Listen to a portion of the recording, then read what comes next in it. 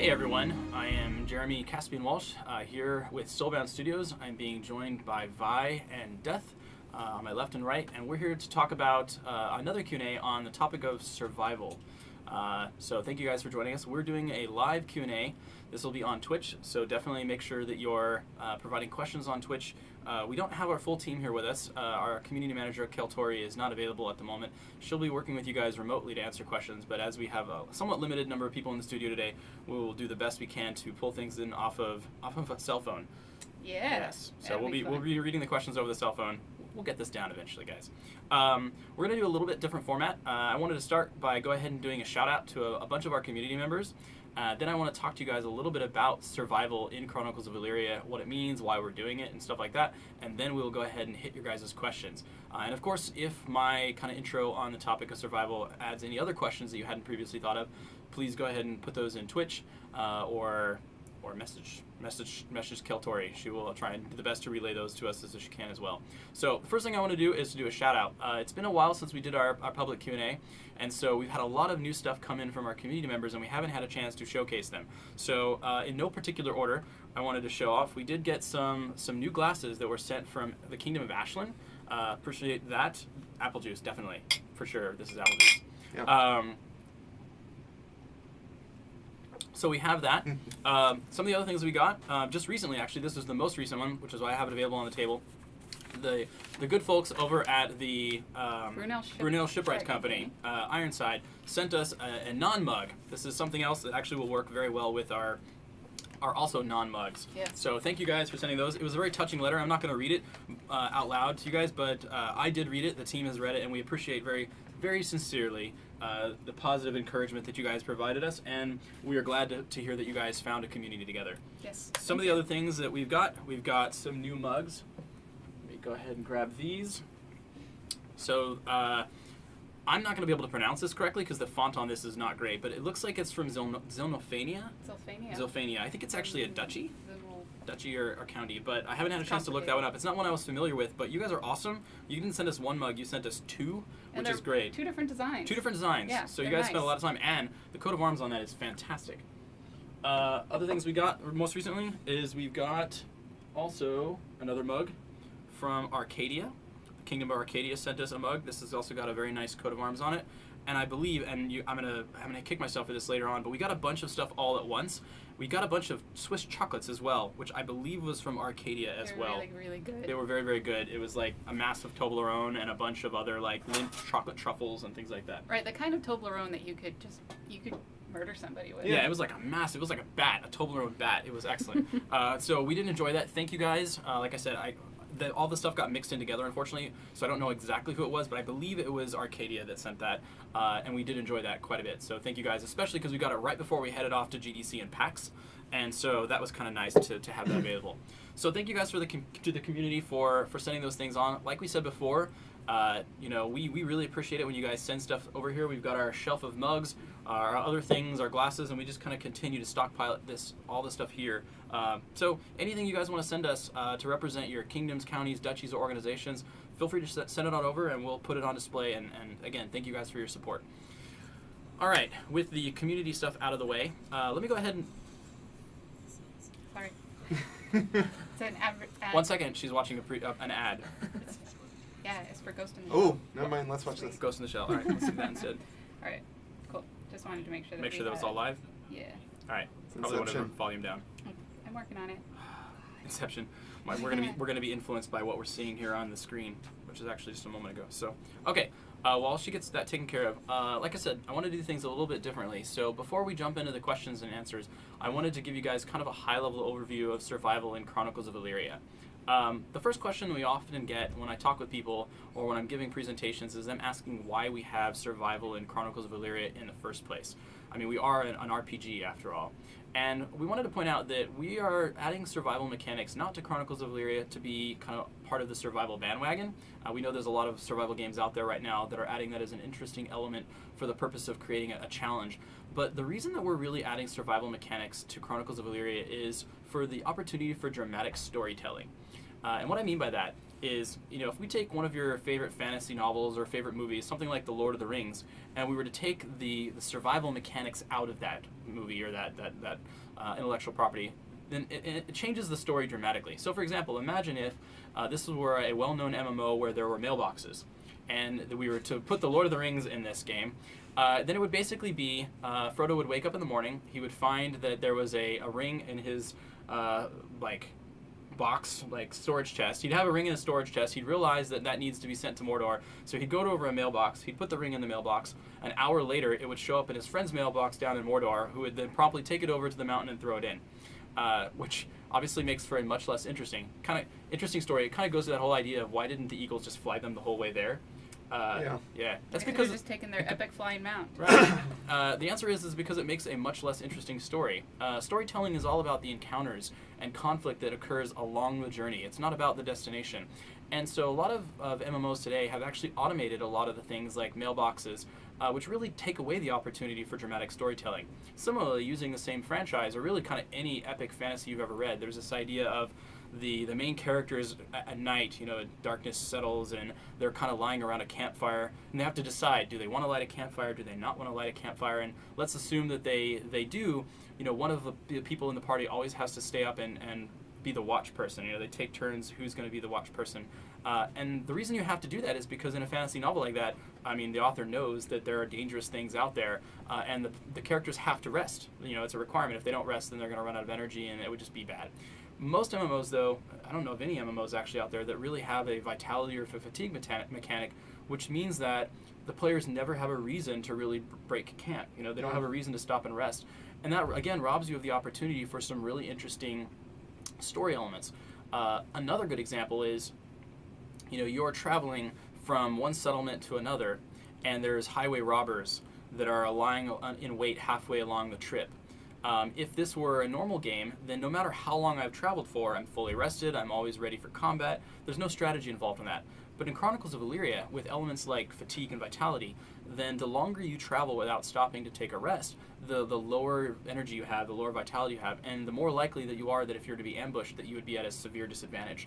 And so by introducing concepts like needing to rest, needing to eat, needing to drink, and things like that, what it really allows us to do is to create opportunities for really interesting, dramatic storytelling.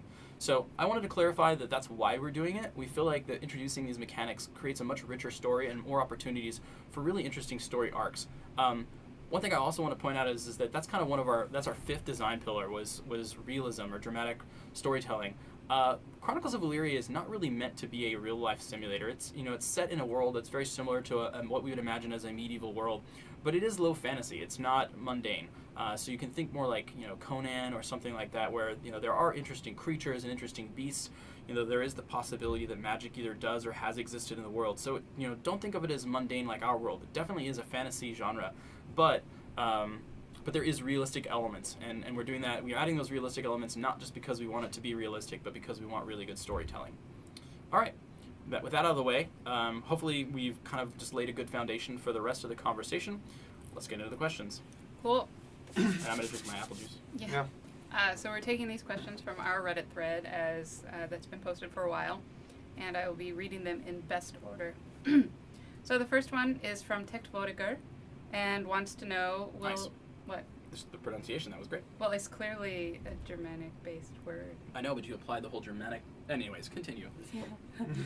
Will permadeath be possible due to the environment alone, aside from seafaring that's been mentioned before, in any of the harsh conditions, like a frozen wasteland or a desert, for example? I think what we talked about before is that basically as long as you can normally recover your body, like if you're walking back from the astral plane and you get back to where your body would be, as long as you can get back there safely, then it wouldn't likely result in any kind of permadeath. The two exceptions that we've mentioned before are places where your body would not be recoverable. One is at the bottom of the ocean. So if you are on a ship, the ship sinks or whatever, or you fatigue and you can't swim any further and you were to sink to the bottom of the ocean, there is a strong likelihood that would result in permadeath. The other one, of course, is the opposite, which is if you're chilling out on the edge of a volcano and you were to fall into some kind of molten pit, you're also not going to walk back from that. Those are the only two extreme environments I think we've said that will likely result in permadeath. Beyond that... Oh, old age. I mean, That's true. That's true. That's a good point. If you So fell into old age. if you fell into old age, no. If you're out in the wild and you become incapacitated and then ultimately coup de grace as a result of being out there and starving or whatever it is, even if the environment itself is not extremely harsh, if you just happen to be older, or if your character has consumed all of the spirit that they already have, then there is the opportunity to perma-die out there, but that has nothing to do with the environment itself. It has more to do with the fact that you don't have any spirit remaining. Yeah. Thank you for that. Yeah, you're welcome. I just try to be thorough. There was a follow-up to that from Dario's. Okay. After getting back to the body, if your spirit walked, will it still be frozen if you died from cold, or dehydrated in case you died in the desert from dehydration? Will you simply die multiple times in a row due to this? Yeah, so when you get back to your body in those sort of situations, there's going to be like a little buffer that comes back. So it's almost like you had passed out. So you'll wake up with a little bit of fatigue, a little bit of vitality. You should be able to get moving again. Worst case scenario, probably about 30 minutes to move to your next location. So you want to try and find shelter, find food, or whatever it is. So, yeah. Call for help. Call for help. Call for help. We don't want it to continuously be punishing, but I mean, if you're out in the middle of the desert and you run out of food, that is a problem.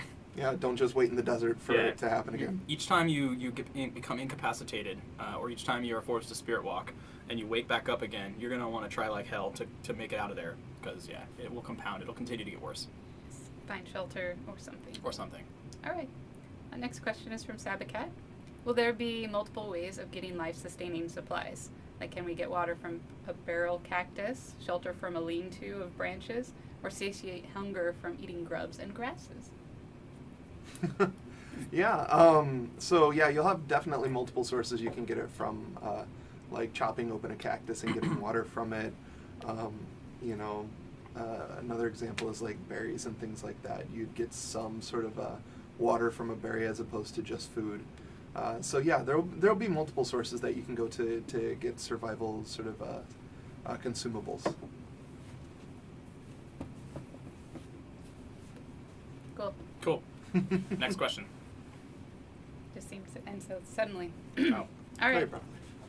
So, from Nagash, what kinds of temporary structures will be available or would be for would-be adventurers who are out in the wilderness for long periods of time? And will any of these offer protection against dangerous creatures for times when we have to go offline and leave our OPC in charge? So, in terms of structures, there is obviously kind of natural structures. So if you're out in an area where there's a lot of trees, you can, climb a tree or something like that. If you're in an area that has a lot of caverns or caves, then you can use those as a natural structure. But beyond that, there's actually, as part of the survival tree, the ability to either take shelter from objects nearby or to build kind of makeshift structures. Camping, we're kind of deciding on what the name of that specific skill set is right now, whether or not it's like sheltering or camping or something like that. But the idea is being able to build a small campsite or shelter using natural resources in the area, and that would be biome specific. So developing the ability to do this in one biome would only marginally affect your ability to do it in other biomes. Like you wouldn't expect somebody from I almost gave a name too. You wouldn't expect somebody from like the frozen tundra to come down into the tropical rainforest and just know what resources are around that you could use to make a shelter or lean-to from. So there's definitely the skill involved in that, but it's not it's biome specific, not something that carries over. The other thing in response to the question is if you're planning to leave, I think that part of that question was like if you're like what kind of, like, if you leave your OPC in charge, would you be able to provide some protection against dangerous creatures? Yeah. If So you weren't offline? obviously your OPCs know how to fight and stuff like that, but I'm going to provide some general guidelines here. As just a general form of guidance, this is definitely a game with two different play experiences. There's inside the settlement and outside the settlement. And while we're not instancing or anything like that, we are distinctly making inside the settlement, outside the settlement function as two completely different mechanics. We'll talk about that more as people ask further questions, but the idea is that in general, you're going to want to log off inside of a settlement as best you can. When you log off outside a settlement, all bets are off. All the survival mechanics take into effect. It would be kind of like in any other game, like logging off inside of a dungeon that had infinite respawns, right? Like you're going to get killed at some point. So, definitely aim to log off inside of a settlement. Cool. All right. From Taco, With seasons changing on average every 4 days, and given the realities of life dictating not every player can be an everyday player, how do you see the experience of a hunter/adventurer/explorer playing out when they find they're forced to log out in the field? Timely. After setting up a temporary shelter, Mhm. like a tent, and aren't able to play again for a number of days. Yeah. So I think having a temporary shelter is going to give you some protection from the elements, exposure, temperature, and things like that. But your character's not necessarily going to just hunt while you're offline. OPCs require you to do combat in order to hunt in many cases. Fishing is a little bit different, but in general, you can't use skills that would still offer skill progression. So it's as long as you've got a kind of a reserve of food inside of your shelter and stuff like that, you should be okay. But keep in mind that even having food inside of your shelter, like, it's going to attract other creatures that are also looking for a source of food. So, I mean, we really recommend that people play the game like this. You're inside of a settlement, you're doing your thing, you decide you want to go out and adventure, so you head off for a while, you explore something that you've never been to before. Maybe you set up a checkpoint there with some other people, or built kind of like a trading post or something that allows you to kind of have that as an intermediate shelter that you can then use to go further. But eventually you're going to need to make your way back, and preferably that happens within the same play session if possible. It's not to say that you can't leave your OPC in charge while you're not in the settlement, but it's definitely much safer to log out in a settlement. Follow-up question. Mm-hmm. If you log off in a tree, like you climbed a tree for shelter, Yeah. will you have a chance to fall out of it? I don't think so. I mean, No. unless you have your like the random walking back and forth and risking your life OPC script set on. I mean, presumably they're just sitting in the tree. Okay. He starts blacksmithing up there. Yeah, it's just like, I'm just gonna like hammer an anvil, and I'm gonna do my lumberjacking skill while I'm up here, and I'll start down here. I mean, there are people that climb trees and then cut off the top. Yeah, I But mean, usually they don't cut off below them. I think. And not while they're seeking haven in I mean, the tree. I'm not making fun of the question, but I kind of am. I don't mean to. No, if you log off in the tree, presumably you're going to sit there in your idle animation. If you don't have an OPC script doing anything else other than that, then you'll just kind of sit there and sightsee while you're logged off. That'd be awful. Have like an OPC lumberjacking script set up. You're like, you come back on and all your shelters are gone because you systematically walked around and cut them all down. I made a whole bunch of tree houses. Yeah. Not That'd be anymore. sad. All right. From Tarantul, how will the age of my character affect my survival skills? Do elderly characters need to rest more often, find herbs more easily, need to drink or eat less or more, clothe more warmly, Yes. etc.? So there are 3 factors that play into that. The first of which are attributes. As your character gets older, your attributes become harder and harder to maintain along the physical dimension. So like strength and agility and stamina, they atrophy much quicker. So if you're doing things like hacking away at trees, building shelters and things like that, it will become more challenging as you get older. On the other hand, presumably as you get older, your skills have also improved. So that is offset by the fact that you are probably better at building temporary shelters and identifying berries and tracking and trap building and all the survival mechanics. So being older doesn't necessarily mean that you're at a disadvantage. It just means that depending upon how you spent your youth, you could potentially be at a disadvantage. And then the last mechanic is metabolism, which plays into hunger, thirst, temperature, and all those, and how they relate to vitality. And the idea is that depending upon what your metabolism is, you are either going to need food more often or less often. Poison will metabolize faster or slower. You'll get cold faster or slower depending upon your metabolism, and all those things change as you get older. So. Alrighty. Cool. Again from Tech Votiger. How will the scarcity of water in arid and semi-arid biomes affect player characters in both settlements and those roughing it? For example, will the increased temperature increase the amount of water you need? Will your house need to be near an oasis to keep your OPC from dying of thirst when logged off? I have to do this without naming a tribe. That's the hard part. Yes. Being in the desert will cause your thirst to go up faster, which will cause your vitality to drop quicker for most people. However, certain tribes are better suited to those climates, and so if you are a tribe that lives in the arid desert or semi-arid desert, then you have a natural predisposition towards that harsher environment, and your vitality will not drop as quickly as other members. Similar if you're from the tundra. If you're one of the tribes that are used to the colder climate, then your vitality does not drop nearly as fast in that environment, whereas others would come up there and freeze quite quickly. You are still going to need to get water periodically, but how often you need to get water is going to be significantly less relative to somebody who's a foreigner in that land. Cool. Taco again. Taco again. Yes. You actually put taco again, didn't you? Taco Yeah, here. Taco here. Yeah. All right. All right. Across the sample of survival skills, can you give us an idea of how the differences in capabilities between an apprentice, artisan, and master might manifest themselves? I will let Jason answer that one. Yeah, for survival, it's like we had spoke about this, and it was the thing that I kind of like is like the difference between like an apprentice, journeyman, and a master. Like an apprentice is someone who like goes out in the wild and knows enough to like he can work at and he can make a fire and find the food he needs, but he actually has to work at it. But he could survive. Once you get a little bit better, you're going to be the type of person who can just survive out in the wild. You could be out there. You don't really have to try as hard. It's essentially like second nature at that point. And the master is the person who's treating like the wilderness as his own settlement. So he's the person who's out there.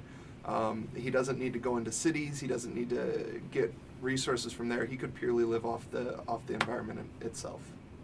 Typically, those are going to show up in terms of the skills that you know, and those are going to apply to things like what types of natural resources are usable by you, how much you recognize as being like edible, not edible, how capable you are at tracking different types of game, under what conditions you can track, under what conditions you can fish, you know, your ability to craft makeshift fishing rods and other things, how capable you are at building temporary shelters like lean-tos and things in the wild. Cooking, that was one of the other ones we talked about, like how many recipes you know how to use in your Dutch oven and things like that. So typically the different mechanics are going to be based on diversity. You know, how many options you have for survival out in the wild. And obviously the more diverse your capabilities are, the more wide varieties of situations you'll be able to survive in. All right, a follow-up question. My vocabulary is off today. I can't think of what I'm going to say ahead of time, but go ahead. I'm just like rambling. Do you normally think of what you... I mean, I think so. I'm pretty quick normally. Yeah. Okay. All right. Follow-up question is about deserts. Will they be cold at night, and can cacti be a source of water? I'll take those in reverse order. Cacti can be a source of water. In fact, they are a source of water. And can they be cold at night depends upon what type of desert it is. The arid deserts typically are cold at night. The semi-arids, not necessarily, and it depends on whether it's a high desert or a low desert. The low deserts tend to not fluctuate as much in temperature, especially those that are aligned near savannas, whereas the ones that are kind of more further north will definitely get colder at night. Cool. From Salik. With the relative speed of in-game time versus real-life time, how often will a character require food? Does man have a slower metabolic rate than Earthlings? Or will we have to be constantly stuffing our characters' faces with food while we adventure?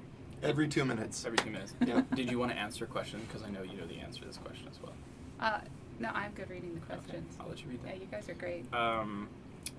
Generally speaking, we don't want the survival mechanics to become a burden on the player. Like, we want them to create opportunities for really dramatic stories and interesting encounters, but we don't want them to be things that players have to micromanage. Like, we don't want this to be an eating and drinking sim, effectively. So what we're looking at is a situation where it maps more or less to our real-world time, but not the same. So in our world, you know, we need to drink every couple days, worst case scenario. Ideally, we're drinking a couple times a day, but it's not something that's necessary. So in Chronicles of Elyria, a day is 2.8 hours of real time. So, you know, you're going to want to drink every 2 hours to 4 hours in order to make sure you're drinking as often as necessary. Similar with food, you know, in our world, we can go weeks if we want to, but in general, it's recommended that you eat, best case scenario, you know, don't go longer than a week or you start to have really bad side effects and things like that. A week in our world is like a real life day. And so kind of similar, you know, you probably want to eat every 2.5, 4 hours, something like that, but you can go a day real time without food, and it's not going to have too much of an impact. After that, you're going to start to see your vitality dropping pretty rapidly, and you're going to suffer all the effects of hunger. So in general, plan to get some food in your character's system, get the temporary food buffs and stuff like that before you go off adventuring, and then depending upon how long you're planning to adventure or how far you're planning to go, expect to have to eat once or twice maybe while you're out adventuring, and not really any more than that. I like how you said a week in our world is like a real life day, because you just exist in Elyria. I do. Did I say in our world? All right. You're like, my world In is my world. Elyria. Oh man. Yeah. I'm there all the time now. Yeah. Good. Yes, so a week in Chronicles of Elyria, it maps to like one real life day on Earth. Yes. Yeah. Cool. I have a follow-up about the apprentices and Okay. different skill levels thing. That we mentioned what apprentices could do, but what could a grandmaster do in survival? I mean, you think you touched on master. Yeah, kind of. I mean, so the difference between master and grandmaster typically has to do with your ability to mentor and to teach others. So at a grandmaster survivalist, across the different skills, you know, the cooking, trap building, fishing, tracking, camping, I'm sure I'm missing some, navigating, a couple of others. I'd have to remember what all of them are, but I mean, a grandmaster survivalist like that is probably somebody who could lead a group of people out into the wild on an expedition on an expedition and expect to survive the trip fairly easily. They could also go out and survive in harsher environments because a grandmaster survivalist is going to be able to survive in more than one biome. So, you know, the surrounding neighboring biomes, I imagine, would be things that they could survive in as well. So, you know, grandmaster survivalist, best case scenario, like the very best survivalist in the world, could probably move in and out of biomes regularly with ease and never have to stop in at settlements. It'll be like the Revenant. Yeah, He'll be for sure. Grandmaster. He'd be Grandmaster. All right, cool. From Avian Fidelity, if you were carrying certain items As in opposed your to avian infidelity. fidelity, like Um, I don't know if it has to do with what kind of I fidelity. mean, it's okay. I mean, it could be like audio fidelity. That's true. All right, fair enough. All right.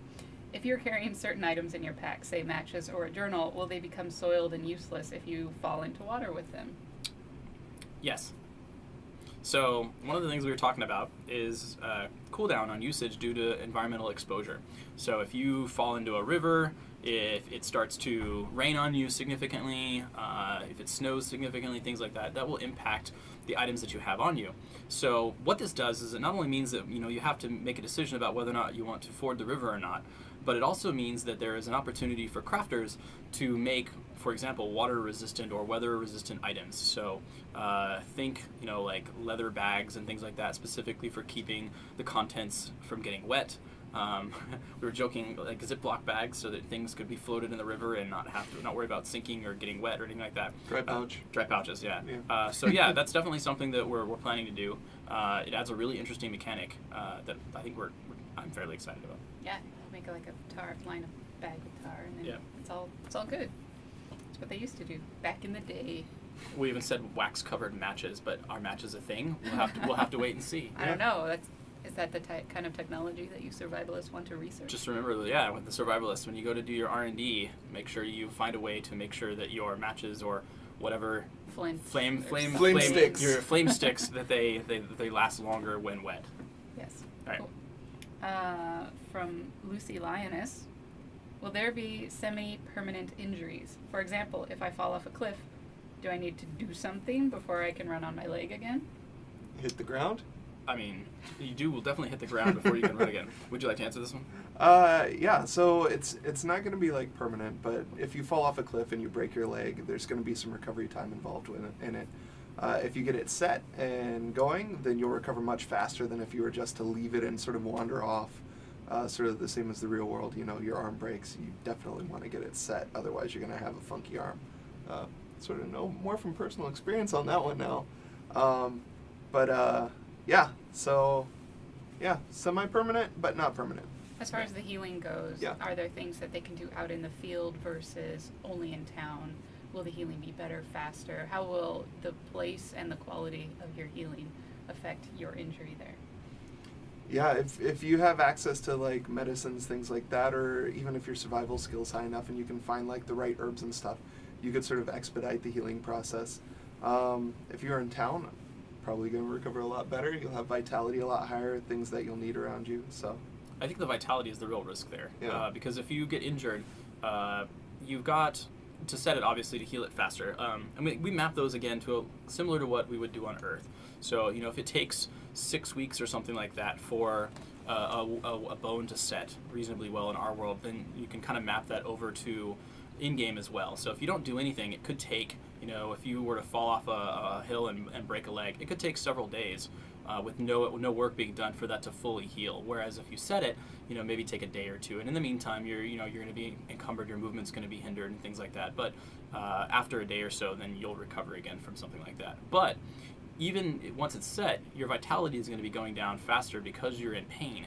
And so, as Jason was saying, going out and finding the right berries and creating any kind of like analgesic or anesthesia type thing, or even alcohol or anything like that, could potentially cause your apple juice could keep your pain meter down, which will ultimately make it so that your vitality is not lowering nearly as quickly. That type of stuff, setting the bone and healing and stuff like that, splits across the kind of alchemy profession, as well as the first aid profession. First aid is actually a survival skill. The other one is not. But there, at this point, isn't a different mechanic when you're in town, when you're out of town. First aid is first aid. You might have tools available to you in town that are different. There might be crafting stations, like medical beds or hospital beds or cots. I mean, even just sleeping in a bed would be better for you. So. Yeah. Also, if you've spent all your time learning survival being out in the wilderness versus someone who's spent their time focusing on first aid, you find the person with first aid, which will most likely be in the town. Right. Yeah. Wandering healer. Get lucky. Maybe bring that person with you on Yeah. the expedition in the first place. That sounds way too prepared. That sounds like a friend. What? I don't like friends. An adventuring party? What's this? I don't have any of those. Okay. Wow, rapid subject change. She wasn't like, you have friends, I'll be your healer. Nope. Done. No. Be your friend. Thank you. Yeah. Healer? No. No. She's like, I'm the wizard, right? I had a follow-up question and I forgot what it was. Was it listed there? Permanent. So if I fall and I break my leg and I don't set it in town, I don't have a healer come and do anything with it, and it just heals on its own, will I have a permanent limp? No. Yeah, it's similar with like severing of limbs and stuff like that.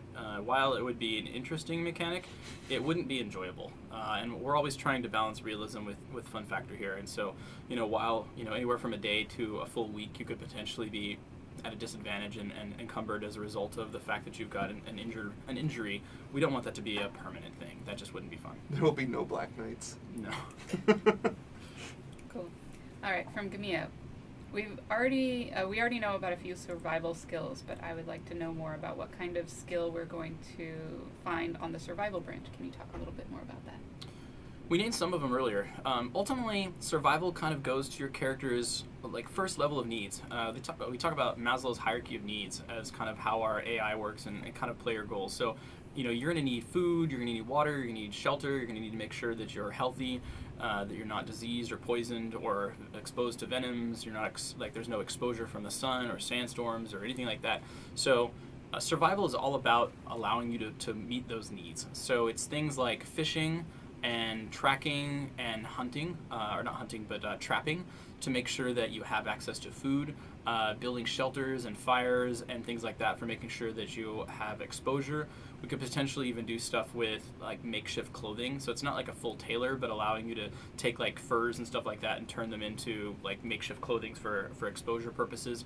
We're not opposed to taking things that would be traditionally used inside of a crafting profession like tailoring or leatherworking and create kind of a minimal version of that and putting it in the survival tree so that people who have that skill can at least, when they're out in the wild without knowing how to be a tailor, can at least take the furs and stuff that they've skinned and do something productive with Strap that. it to your body in Yeah, some way. some way, at least knowing how to tie those things together. Yeah. So it's really about survival across those basic needs. So that kind of gives you an idea. First aid, if you get the venom and toxins and things like that, knowing how to make herbal remedies for you to make sure that you're not going to die from the venom and poisons that you've been exposed to, those types of things. Good segue. Yes. Are there going to be survival skills in the trees anywhere that are going to be specific to certain biomes? I feel like you're baiting me on that. I'm not. Oh. It's just a follow-up question Okay. that tied in nicely to what you were No. talking about, like poisons, for example. There will be poisons that only exist in certain biomes, and so knowing how to create an antidote to a poison or an antivenom is going to be region specific, but we don't have specific survival skills that are only used in some biomes. Though it might be less frequent, like the number of snakes and need for antivenom in the tundra, relatively low. Cool. All right. From Sabacat. if, as an explorer, I have a backpack of supplies,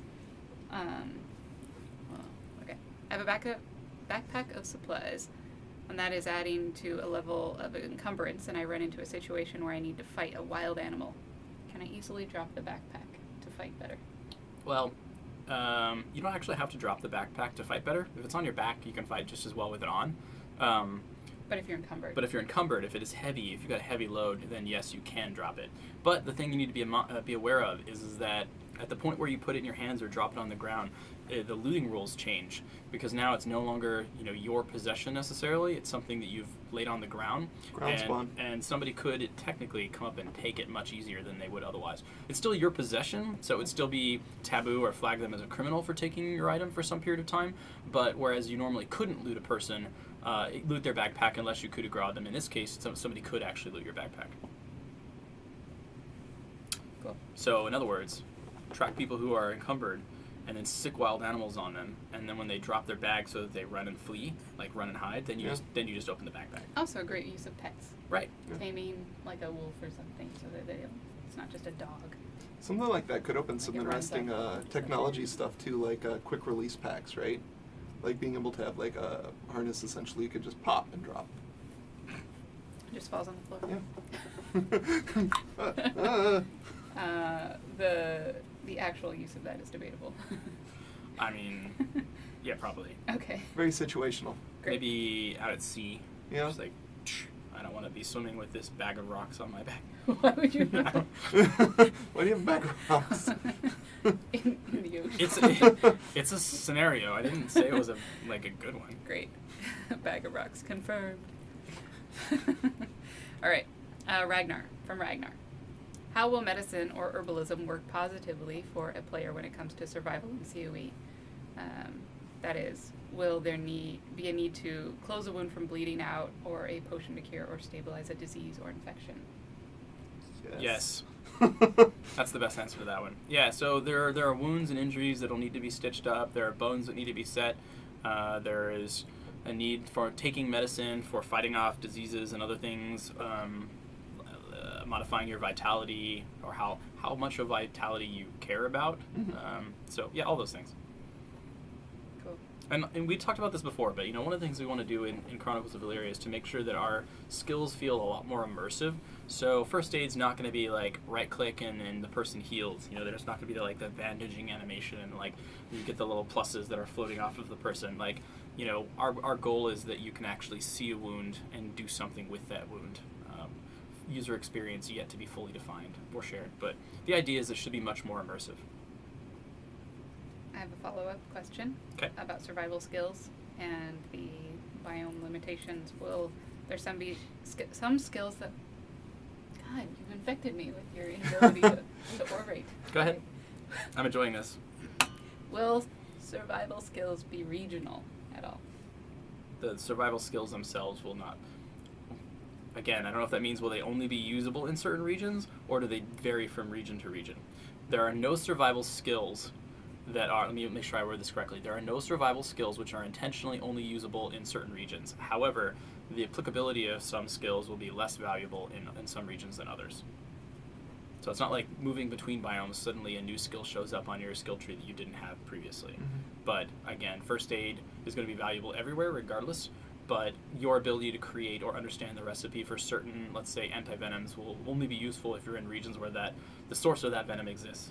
Yeah, like if you have a, I guess recipe to cook something in one area, you come into an area with tricin now, you don't immediately know how to cook the tricin the same way you did the other thing. You'd have to learn the new.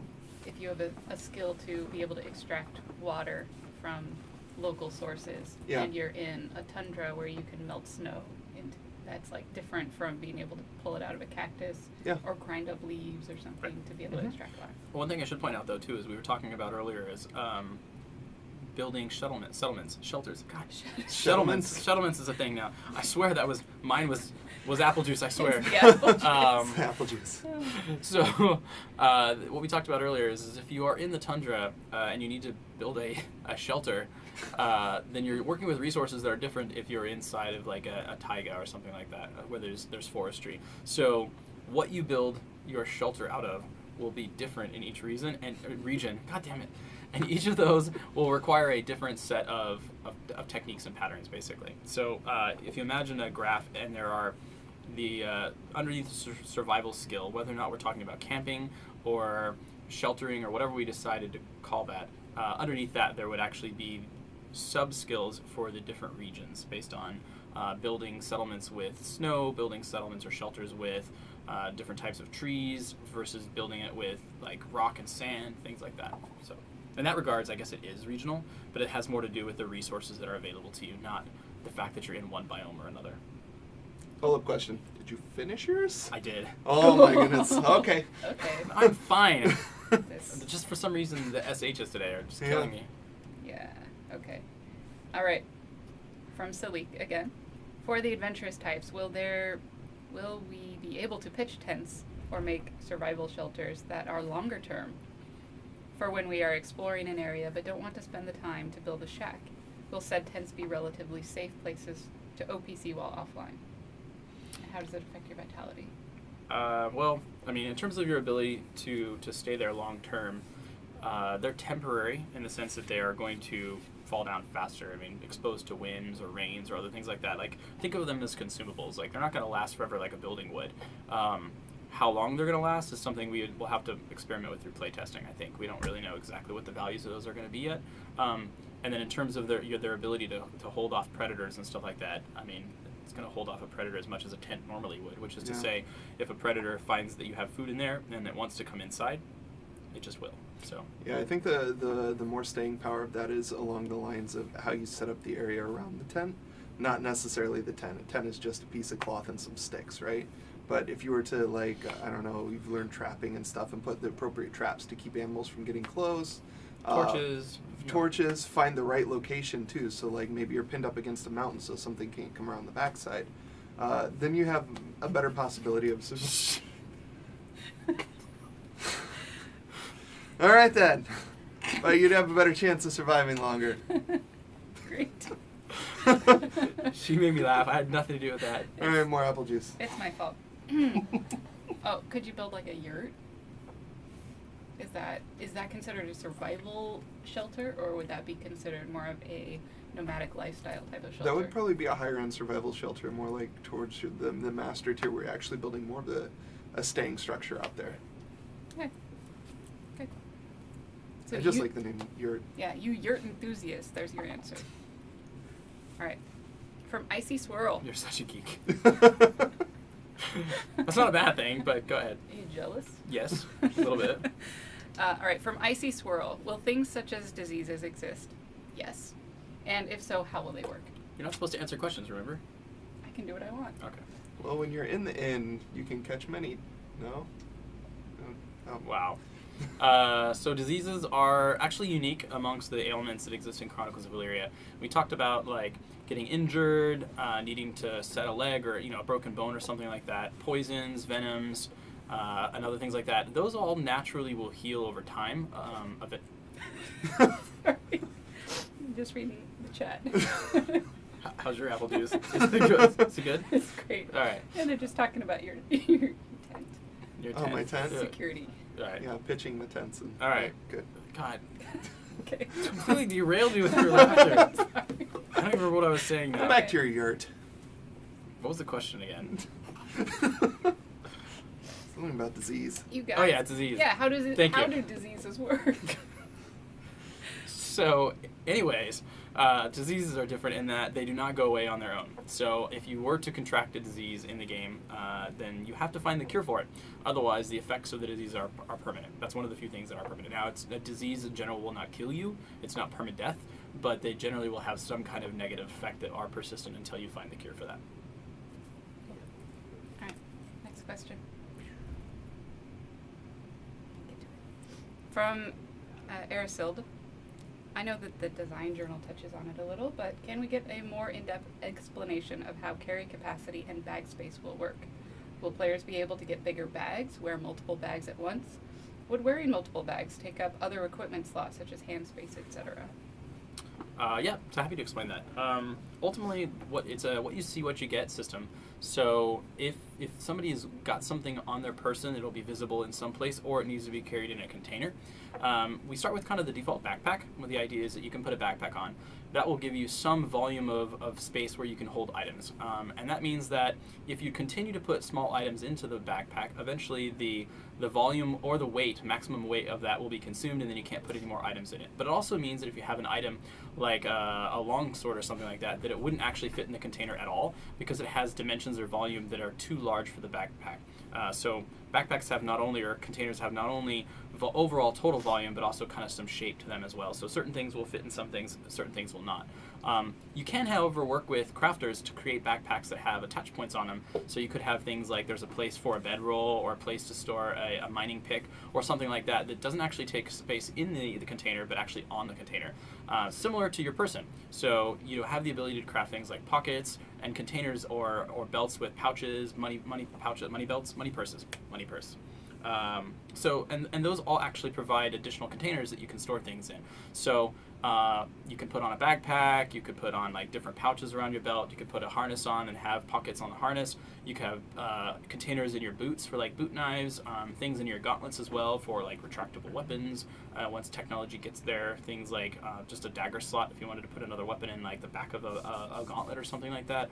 So all of those create new containers where you can store things, even hidden pouches inside of like cloaks and things like that, all expand your area and what you can actually hold on you. But beyond that, once things reach the maximum volume, then you can't hold anymore. In terms of having multiple bags, you probably won't be able to have multiple bags in a single slot, so you can't have, for example, 2 backpacks on. You can have one backpack that's larger or has specialty slots and functions attached to it, but only one backpack at a time. You can, however, hold the backpacks in your hands. So that's something else to note is that in Chronicles of Elyria, the way the world interaction system works is you always reach out to grab things and then put them inside of your inventory or use them as tools. So if you were to approach a bag on the ground like a sack and you reach out and grab it, you're just going to be holding that sack. If it has stuff in it, then you're carrying that around. It has its own volume and weight restrictions, but that is one way to allow you to carry more, is just to have bags in your hands that you're walking around with. But of course, if you want to do anything like draw a weapon or something like that, you're going to have to put those bags down. So related to that, is your carry capacity tied to strength, or will strength just affect your stamina loss from carry weight or something like that? Yeah, so the plan right now, again, this is something that's going to require a playtest. I meant to put that as a disclaimer at the beginning of this conversation, but I'll do it now so I don't forget. We're still working on active development stuff right now. A lot of these systems are being implemented. We haven't gotten a chance to playtest all these yet. In fact, most of them are still in development aside from like the world interaction and basic survival mechanics. But that means that there's still going to be plenty of time to iterate on these as we playtest. So all this stuff is still subject to change in terms of its actual implementation. So that's kind of the caveat. This is kind of where we are in the state, where it is in design, and kind of what our intentions are. So just be aware of that. And then... So related to the stamina loss. Right. So the plan at this moment is that strength determines how much you can carry in an absolute value. If you're not strong enough, you simply won't be able to carry the stuff. For example, if you're wanting to pick up a log and haul it or something like that, if you're not strong enough, you won't be able to lift it. But also how strong you are will determine how much your stamina loss is as you carry things. So the weaker you are, the faster your energy or vitality will drop as a result of carrying it. Cool. Now, also related to your carry capacity, will coins be weightless, and are they something that like stacks in your inventory? Yeah. So coins are stackable in the sense that in your inventory you could drag multiple coins into a pile. However, they are not weightless, and even stacking them together doesn't change the overall weight. It just makes it easier for an organizational standpoint. So coins are something you have to carry in a money purse or in your backpack or coin purse or in your backpack, and they do take up space as well as have weight. Excellent. By the way, that question was from Matrim Calthon. Matrim Calthon. Wheel of Time fan. Mm. It's one of the 3, Perrin, Rand, and Matrim. Oh, I need to read that. Yes. I haven't yet. You haven't read Wheel of Time? No. Any of them yet? Nope. Your geek credit just plummeted, by the way. Do you have the books? Of course I do. Can I borrow them? Of course. Sweet. All right. From Thamada of Bladelock, how viable will an entirely nomadic lifestyle be? Will temporary shelters and survival skills allow a small group to remain on the move virtually at all times? Or will expeditions always need to be one play session deals? That's a great question. It's a great question. It is a great question. We need to dive into that a little bit more. There are two different things to keep in mind with that. And without going into too much of detail, there are actually tribes that are very dependent upon kind of this nomadic culture. So one thing to point out is there is a difference between survival, which means going out into a settlement without having the benefits of a settlement. So you have to effectively live off the land. So you have to gather your food, you have to gather water, you have to make sure you have shelter and all those types of things because they don't exist where you are without them. That's what we talk about when we're saying survival mechanics and survivalist skills and survivalists. That is not the same thing as a nomadic lifestyle in Chronicles of Elyria. In a nomadic lifestyle, typically you're going to be having wagons and stuff with you, and there are specific types of wagons that you can craft that act like portable settlements. So in that regards, you've got a place to sleep. You can just kind of open up the wagons or the trailers, and you can sleep in them. You can have crafting stations in them. They provide you the passive and active bonuses that you would normally get from the buildings inside of a settlement. They're effectively, for all practical purposes, portable buildings, and as long as the entire community stays together and doesn't kind of branch off, then you have access to all of those buildings at once. So that allows for a settlement to kind of get up and move around and to follow the resources wherever they might be, which is extremely important in the arid desert in particular, because while there will be oases and kind of stationary settlements that have a good supply of water and food, they're going to be few and far between, and they actually might not have enough resources to hold everybody that lives inside of that region. And so people will naturally have to travel in between the different water holes and things like that just to make sure that they can survive in that biome. But doing so has significant benefits as well. And as we talk more about the tribes within the next month, I think month or two, definitely within the next month or two, definitely before May, we will give you guys more details on the different tribes, and you'll hear a little bit more about the arid desert tribe, which I think is, from a nomadic standpoint, is probably the most interesting and complex of the different tribes. Cool. All right. Now, I like this next question. It's from Bushido. As opposed to the previous ones? Well, they're all good, but Okay. this one, I'm sorry, I didn't mean to put you on the spot. this person is thinking beyond themselves. Wow. And I like that. Okay. So, from Bushido Bacon, what kind of upkeep will be required to ensure the survival of our pets and livestock?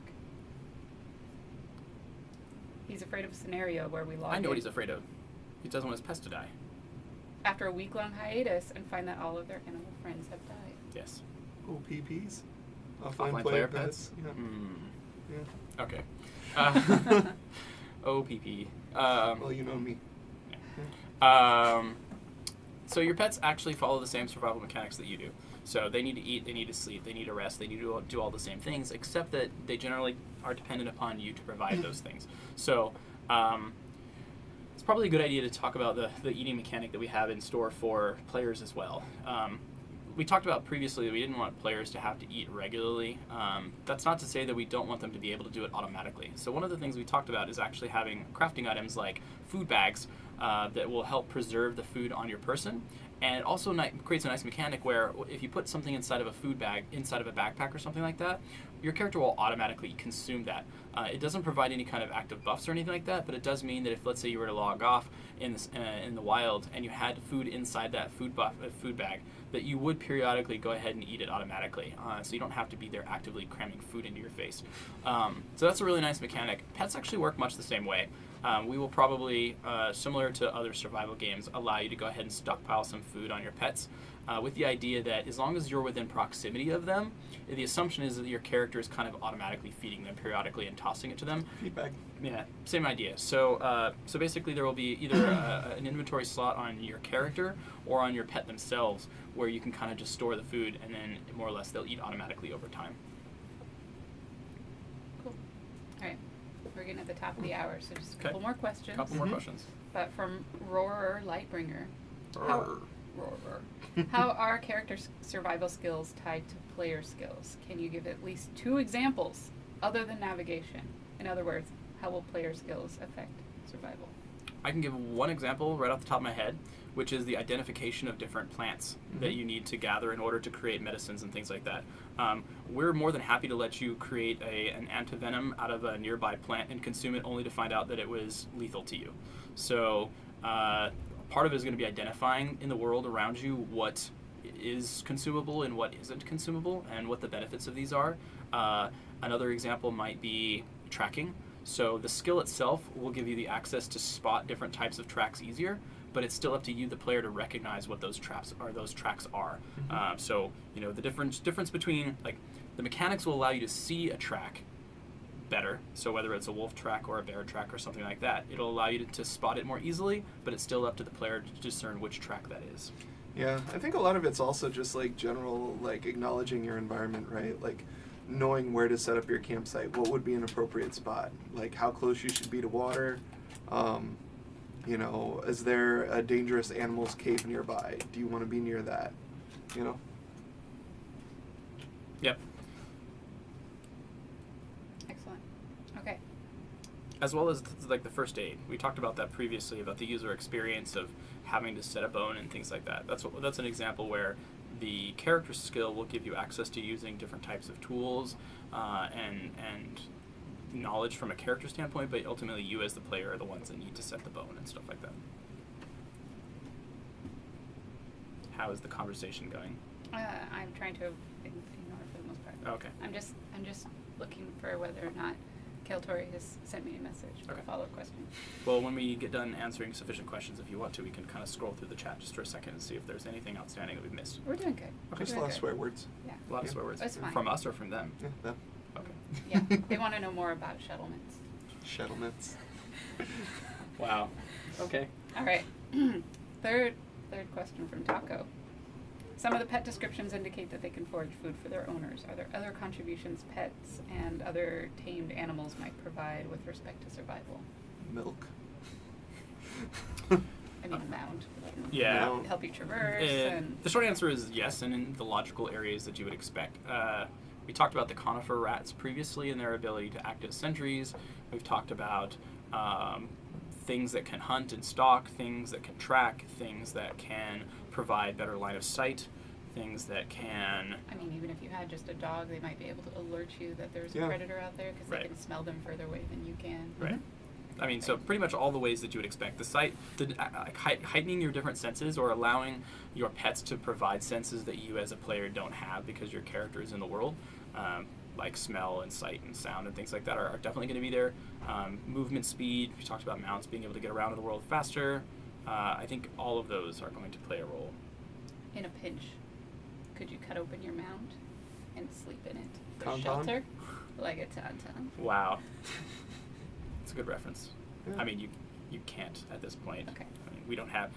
I don't know, do we want to make settlement like a temporary shelter using the hide of your pets? Like, I mean, not sleep in them Like necessarily. Are mounts containers or shelters? Or like what Ooh. item distinguish, like what tag would we put on them in the database? I'm hesitant to call mounts containers so that we avoid people trying to put themselves into their pets. I'm reminded of Ace Ventura at this moment. Yeah. Oh, no. Oh, no. Cool. I just see the scene from the Crying Game now. He's just... Anyways. Look, a baby rhino.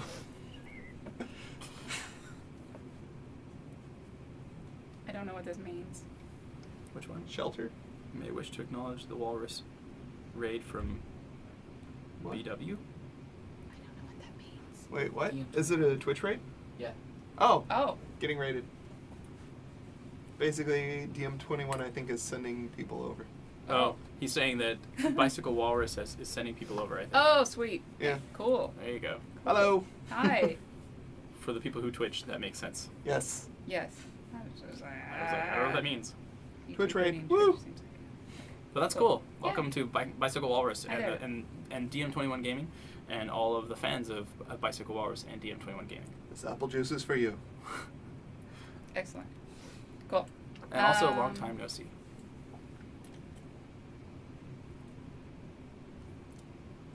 All right. Gonna find one last question. One last question. No. Okay. All right, guys. One last question But I'm gonna get it from the Reddit thread, from the Reddit. That's fine. and then one last question from Twitch. Okay. That's So it. two last questions. Two last- Yeah. One pre-written and one kind of on the spot question, and then Yeah. we will call so it whatever Keltori decides is the last question. a day. All right. The last Keltori, one. find us a good question. She Yes. accepts bribes. And you know this how? Okay. What types of ways will we know our character is getting too warm or too cold or simply needs to eat or drink? What is the user experience of trying to learn about your character's state of survival? Do we even have consensus on that yet? I don't think so. We haven't ironed out the UI for what would be shown at that point, or whether it will be a UI element versus, you know, custom animations or something. So it's not ironed out as of yet.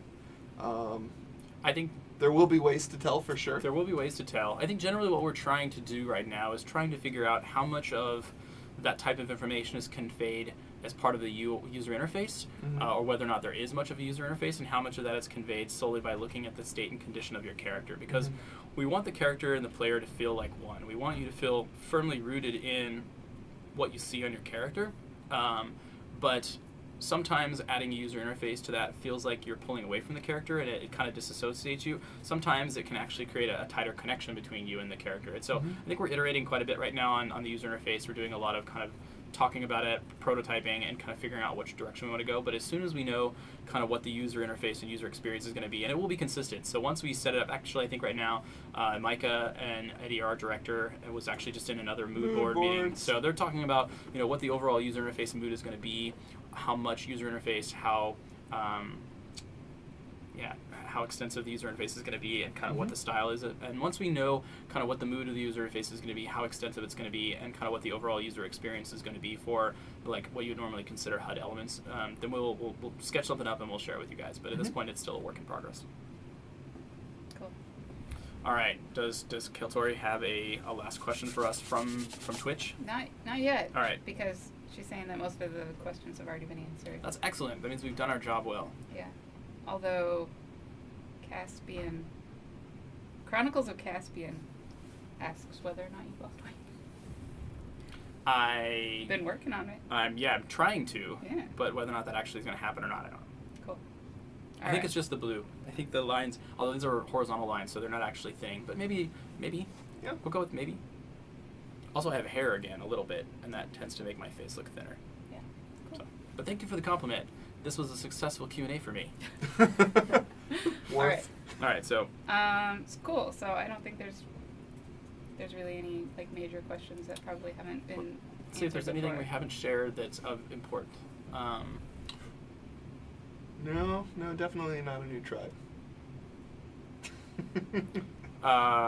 Baiting them. Let's see. We talked about why we're adding the survival. We talked about the different types of survival mechanics. We talked about some of the skills that are involved with it, kind of the differences between the different skill levels. I'm thinking here, as you can tell. I have a question. Oh, okay. Okay, so. Are you asking on behalf of the community, or is this just your question? I'm asking on behalf of the community. Okay. For the people who haven't asked this question yet. How does survival relate to people who aren't out in the wilderness? That is a good question. And people who are not even just doing day-to-day, but like nobles. Right. How does survival impact their life? So that's actually a good question. We can answer it by turning our focus inwards on the settlement, both inside the settlement itself as well as inside of the individual buildings in a settlement. So what we really want to do, I mentioned this earlier, we want to create two different experiences. There's inside the settlement and an outside of the settlement. Outside of the settlement is really where the explorers and the adventurers and gatherers and champions take the risk of having to be prepared. And so it means making sure that you have appropriate resources for your trip, making sure that your combat skills are sufficiently high enough that you feel like you could succeed out in the wild, making sure you've got the right clothing and everything. So you're good to go. Inside the settlement, though, we want the focus to be more on crafting and production, on collaboration and team exercise and teamwork, on building the buildings and trading and all that kind of stuff. So we really don't want the focus inside of settlement to be on the survival mechanics. So one thing that's important to note that we're doing differently, I think, than a lot of the other survival games is that inside of a settlement, so long as you have the necessary buildings, like a well for water or a tavern or a pub or something like that for food, as long as you've got the buildings that are necessary in that settlement, then you actually don't have to worry about the survival mechanics as long as you're inside the settlement. So that means that if you're a nobility hanging around inside of your castle, or if you're a commoner who's just a producer, like let's say you are the blacksmith of a town, then as long as you're staying inside the settlement, you virtually never have to worry about survival mechanics for the sake of survival. Now, that's not to say you don't need to pay attention to them. And what I mean by that is that, when you're outside of the world, your hunger and thirst are gradually going up, and you're getting more and more hungry, and your vitality is dropping, and you're getting more and more tired. When you're inside of a settlement, they tend to stay flat. So as long as you're in town and not doing anything, you're neither getting, rested, nor hungry, nor thirsty. It's assumed that that's kind of happening while you're there, that you're more or less periodically taking and walking over to get some food from either your house or, from the inn or a pub or something like that. So we don't require you to micromanage that when you're inside of the settlement. That being said, if you're actively doing things like crafting and production, those things actually will cause your vitality to go down as you do them. And so people who are in town are still going to need to stop periodically and rest and in order to recover those things. So your character wakes up, you're just hopping online, you want to spend the day crafting. It's a good idea to still grab some food, get that food buff. It's also a good idea to make sure that you take breaks periodically so that you recover those things, so that you, again, either get the rested bonuses and food buffs, or just that your character has the vitality they need to do the things that they want to do throughout the day. Last thing I'll mention from that is one of the things we really wanted to do is to make it so that the gathering place in Chronicles of Elyria is not like the bank or the auction house or something like that, but is more akin to what we see in our world in terms of like medieval and historical fantasy, which is the bar. We want people to be hanging out at the pub, at the tavern, right? So what we've done is the common house. Mm-hmm. What we've done is we've taken the survival mechanics and we've reinforced that inside of places like the inns and the taverns. So if you're wandering around the settlement, your vitality, your hunger, your thirst, those are typically not going to change much, or might drop a little bit, but aren't going to ever reach zero. If you make your way over to one of the common rooms or something like a tavern, then your vitality and your energy, like your vitality, your hunger and thirst, those will actually start to go up automatically just by being inside of that facility. If you then proactively eat or drink while you're there, it's actually going to go up quite a bit faster, as well as potentially provide you the rested bonus. And then if you are inside of a tavern or a common house where there actually is a performer, or if you are doing things like playing dice or cards or other things like that, then it's going to cause it to go up even faster. So you've been out and adventuring for the last couple of hours, and you're not ready to call the playing session quit. You want to head out again and do the same type of thing. Best thing you can do in order to recover quickly is to stop in, take a quick rest at the inn, 3 or 4 minutes to sleep, head downstairs to the common room, play some games, listen to some music, do some gossiping, get some food and some drink in you, and then you should be good to go to head out again within about 10 minutes. Cool. Good answer. Thank you. That was a good question. Yeah. Mm-hmm. All right, guys, that's all I've got. Do we have any announcements for the community? Do we know when our next Q&A is? Do we know what the topic is or anything like that? No, I haven't determined that yet, but Okay. it will be announced in one of the upcoming updates. Hopefully, The next one. Q&A is in April. Yes. So we've got a couple topics that we need to address with them pretty quickly. Yep. All right. Yeah, well, I'll announce it in one of the future updates and give you guys plenty of time, of course, to put your questions up on Reddit, like usual. One announcement that I do want to remind people of is that right now Massively OP has a That's right, they have a poll up. poll. Yeah, so it's about the It was best in show for Best in PAX show for East 2017. So we can't tell you how to vote, or at least that's against our code of ethics, but we can let you know that if you go to massivelyop.com, there is a poll there. It's under the same post that was about their PAX East 2017 awards, of which I think we got best potential. I think we got best potential from PAX East 2017. So if you scroll to the bottom of that thread about the PAX East awards, there is a poll at the bottom for overall best in show of all the different games that were listed there that received an award for PAX East 2017. We won't tell you how to vote, but we will make you aware of the vote. So please do go out and let them know what you feel like is the best of show game at PAX East 2017. absolutely. So Yeah. that was really it. Okay. Yeah. Anything else Um, that you can think of? A couple simple things. For those of you that are active in the community, please note we've been making a ton of forum updates. So make sure to check out the forums and engage with your fellow community members. Yeah, PAX was fun. We put out a newsletter this week, so if you haven't checked your email recently, go ahead and check out the newsletter for March. And I think that's all I got. Yeah. Cool. All right. Cool. Well, Awesome. thank you guys again for joining us for today's Q&A on the topic of survival, and we will see you guys again in April. Bye. Bye.